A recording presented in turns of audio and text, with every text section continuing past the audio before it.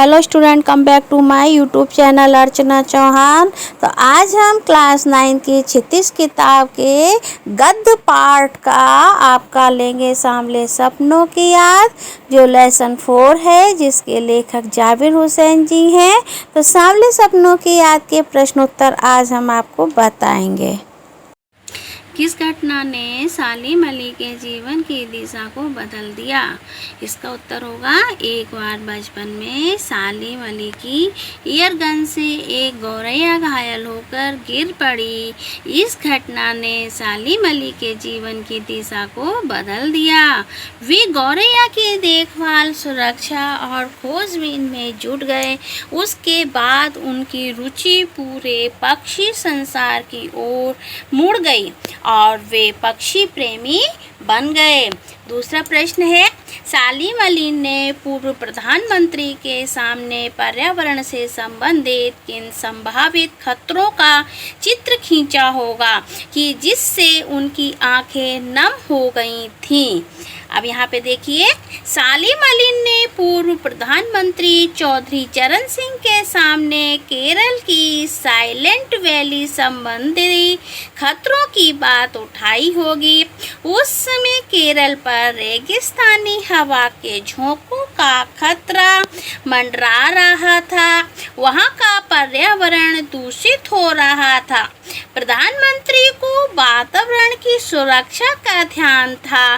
पर्यावरण के दूषित होने के खतरे के बारे में सोचकर उनकी आंखें नम हो गईं।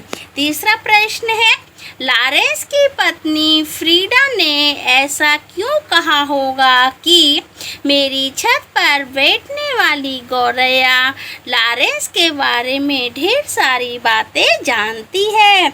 इसका उत्तर है, लॉरेंस का व्यक्तित्व बिल्कुल साधारण तथा इतना खुला खुला सा था कि उनके बारे में किसी से कुछ छिपा नहीं था। इसलिए फ्रीडा कहती है कि लॉरेंस के बारे में एक गौरैया भी ढेर सारी बातें बता सकती है। अब देखिए, यहाँ आज से स्पष्ट करना है यानी अर्थ बताना है, तो आपको पैसेज की लाइन दी हुई है। वो लॉरेंस की तरह नैसर्गिक जिंदगी का प्रतिरूप बन गए थे। दूसरी लाइन है कि कोई अपने जिस्म की हरारत और दिल की धड़कन देकर भी उसे लौटाना चाहे तो वह पक्षी अपने सपनों के गीत दोबारा कैसे गा सकेगा? तीसरा देखिए, पैसेज दिया हुआ है, सालिम अली प्रकृति की दुनिया में एक टापू बनने की बजाय अथाह सागर बनकर उभरे थे। आप पहले का पहले देख लीजिए। लॉरेंस का जीवन बहुत सीधा साधा था। प्रकृति के प्रति उनके मन में जिज्ञासा थी। सालिम अली का व्यक्तित्व भी लॉरेंस की तरह ही सुलझा और सरल था। दूसरे का दे रहे हैं, यहाँ लेखक का आशय है कि मृतक व्यक्ति को कोई जीवित नहीं कर सकता। हम चाहे कुछ भी कर लें पर उसमें कोई हरकत नहीं ला सकते। तीसरे का दिया हुआ है, सालिम अली प्रकृति के खुले संसार में खोज करने के लिए निकले। उन्होंने स्वयं को किसी सीमा में कैद नहीं किया। वे एक टापू की तरह किसी स्थान विशेष या पशु पक्षी विशेष में सीमित नहीं थे। उन्होंने अथाह सागर की तरह प्रकृति में जो जो अनुभव किया उन्हें संजोया। उनका कार्य क्षेत्र बहुत विशाल था। अब देखिए, पांचवा दिया है, इस पाठ के आधार पर लेखक की भाषा शैली की 4 विशेषताएं बतानी है। यानी इसकी भाषा में कौन कौन सी चीज़ें आई हुई हैं, क्या विशेषताएं बताई गई हैं, उसके विषय में। लेखक की भाषा शैली की विशेषताएं स्थित नंबर 1 पॉइंट में है। इनकी शैली चित्रात्मक है। पाठ को पढ़ते हुए इनकी घटनाओं का चित्र उभर कर हमारे सामने आता है। दूसरा है, लेखक ने भाषा में हिंदी के साथ साथ कहीं कहीं उर्दू तथा कहीं कहीं अंग्रेजी शब्दों का भी प्रयोग किया है। तीसरा है, इनकी भाषा अत्यंत सरल तथा सहज। अपने मनोभावों को प्रस्तुत करने के लिए लेखक ने अभिव्यक्त शैली का सहारा लिया है। नेक्स्ट क्वेश्चन देखिए, इस पाठ में लेखक ने सालिम अली के व्यक्तित्व का जो चित्र खींचा है उसे अपने शब्दों में लिखना है। यानी उनका व्यक्तित्व किस तरह का था, वो किस तरह के नेचर के थे। सालिम अली अनन्य प्रकृति प्रेमी थे। प्रकृति तथा पक्षियों के प्रति उनके मन में कभी न खत्म होने वाली जिज्ञासा थी। लेखक के शब्दों में उन जैसा वर्ड वाचर शब्द कोई हुआ है। उन्हें दूर आकाश में उड़ते पक्षी की खोज करने का तथा उनकी सुरक्षा के उपाय खोजने का असीम चाव था।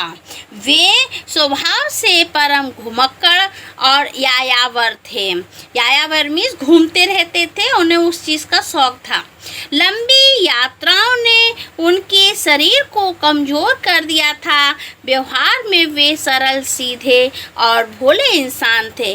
वे बाहरी चकाचौंध और विशिष्टता से दूर थे।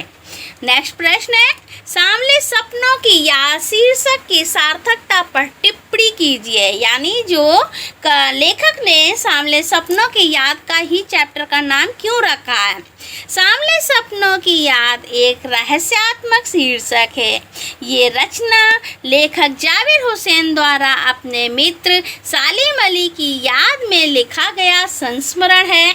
सामले सपने मनमोहक इच्छाओं के प्रतीक हैं। ये सपने प्रसिद्ध पक्षी प्रेमी सालिम अली से संबंधित है। सालिम अली जीवन भर सुनहरे पक्षियों की दुनिया में खोए रहे। वे उनकी सुरक्षा और खोज के सपनों में खोए रहे। यह सपने हर किसी को नहीं आते हैं। हर कोई पक्षी प्रेम में इतना नहीं डूब सकता। इसलिए आज जब सालिम अली नहीं रहे तो लेखक को उन सांवले सपनों की याद आती है जो सालिम अली की आंखों में बसते थे। ये शीर्षक सार्थक तो है किंतु गहरा रहस्यात्मक है। चंदन की तरह घिस घिस कर इसके अर्थ तथा प्रभाव तक पहुंचा जा सकता है। अब रचना अभिव्यक्ति में दिया है। प्रस्तुत पाठ सालिम अली की पर्यावरण के प्रति चिंता को भी व्यक्त करता है। पर्यावरण को बचाने के लिए आप कैसे योगदान दे सकते हैं। पर्यावरण को बचाने के लिए हम निम्नलिखित योगदान दे सकते हैं। नंबर 1, हमें पेड़ों की कटाई को रोकना चाहिए। नंबर 2, वायु को शुद्ध करने के लिए पेड़ पौधे लगाने चाहिए। नंबर 3, प्लास्टिक से बनी वस्तुओं का कम से कम प्रयोग करें। नंबर 4, जल प्रदूषित नहीं होने देना चाहिए। नंबर 5, हमें आसपास के वातावरण को साफ सुथरा रखने के लिए कूड़ेदान का भी प्रयोग करना चाहिए। इस वीडियो को लाइक शेयर करिए, जो नए हैं वो सब्सक्राइब कीजिए, नोटिफिकेशन बेल आइकन को दबाइए जिससे नेक्स्ट वीडियो आप लोगों को मिल सके।